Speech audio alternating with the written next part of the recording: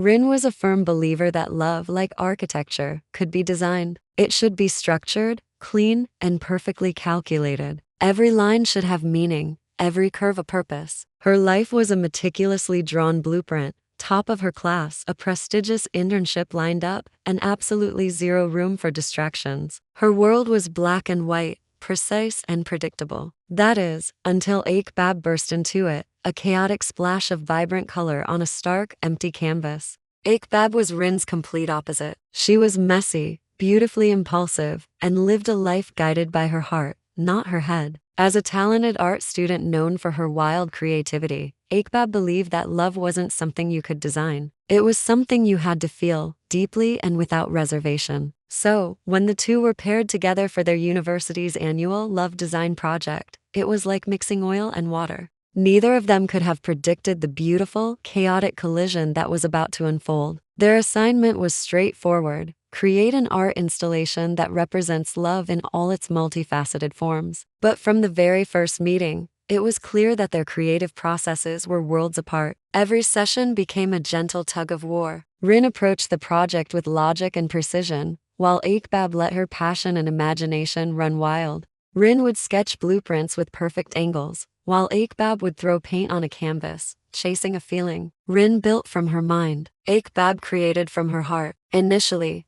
Rin found Aokbab incredibly frustrating. She was consistently late, easily distracted by the smallest things, and always humming these off-key tunes that seemed to have no rhythm at all. But as the days turned into weeks, Rin started to see something else beneath the surface of that charming chaos. There was a raw, captivating sincerity to Aokbab, a fearless vulnerability that began to slowly, but surely, chip away at the emotional fortress Rin had built around herself. She was drawn to it, even when her logical mind screamed at her to retreat. One evening, they were working late in the quiet, dusty art studio. The air was thick with the scent of paint and turpentine. Rin was deep in thought, trying to solve a structural problem with their installation, when she noticed Aokbab was unusually quiet. She looked over and found Aokbab wasn't sketching their project at all. Instead, her charcoal pencil was dancing across the page, capturing Rin's likeness with a soft, focused intensity. Caught and a little flustered, Rin demanded to know what she was doing. Aokbab just looked up, a gentle, knowing smile playing on her lips, and said softly,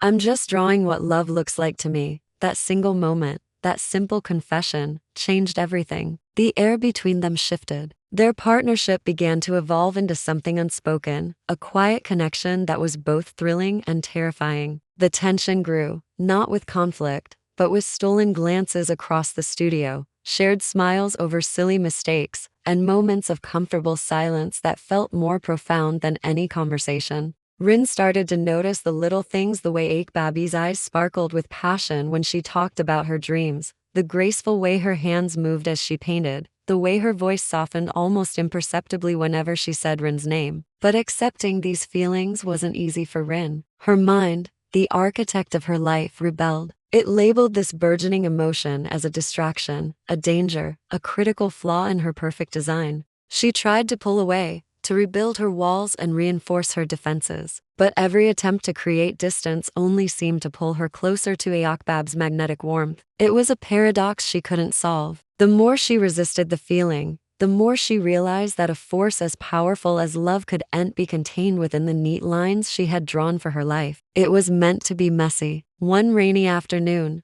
their project was finally nearing completion. The storm outside mirrored the tempest in Rin's heart. Their installation stood before them, a breathtaking fusion of both their worlds. It was a series of structured, geometric frames, just as Rin had designed, but filled with the abstract, chaotic splashes of color that were so uniquely Aokbab. It was beautiful and imperfect, logical and emotional, much like the connection that had grown between them. As they stood there, admiring their creation, the rain pattering against the large studio windows, Aokbab turned to her and whispered, "You know, sometimes love isn't about finding a perfect balance. It's about surrender." Rin turned to face her, her heart hammering against her ribs. The rain blurred the world outside, muffling all sound except for their soft, synchronized breaths.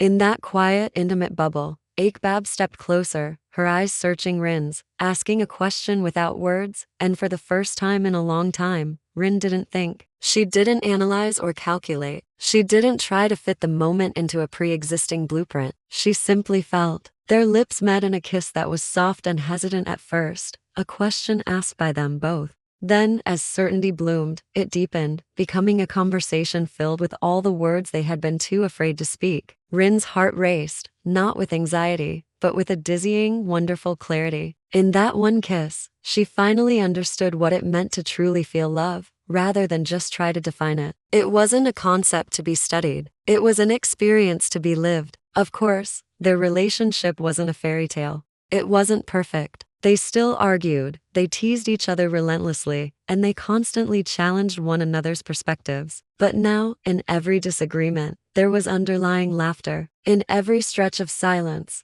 there was an understanding that ran deeper than words could ever express. Aokbab had taught Rin that love couldn't be drawn with the precision of a ruler and compass. It had to be lived with courage, embraced with an open heart, and painted with all the messy, beautiful colors of life. Months later, at the university's awards ceremony, their love design project won first prize. The applause was deafening. When the judges asked Rin what had inspired their winning piece, she smiled, her eyes finding Aokbab in the crowd. She spoke into the microphone, her voice clear and steady. "It's a design that can't be planned," she explained. "It's a feeling that grows from chaos, and that's what makes it so beautiful." As the crowd cheered, Aokbab slipped through the people and took Rin's hand, squeezing it gently. Their eyes met, and in that small, silent moment, surrounded by the noise and celebration, Rin had a profound realization. The love she had found with Aokbab wasn't an error in her design. It wasn't a flaw in her blueprint. It was the masterpiece she had been waiting her whole life to create.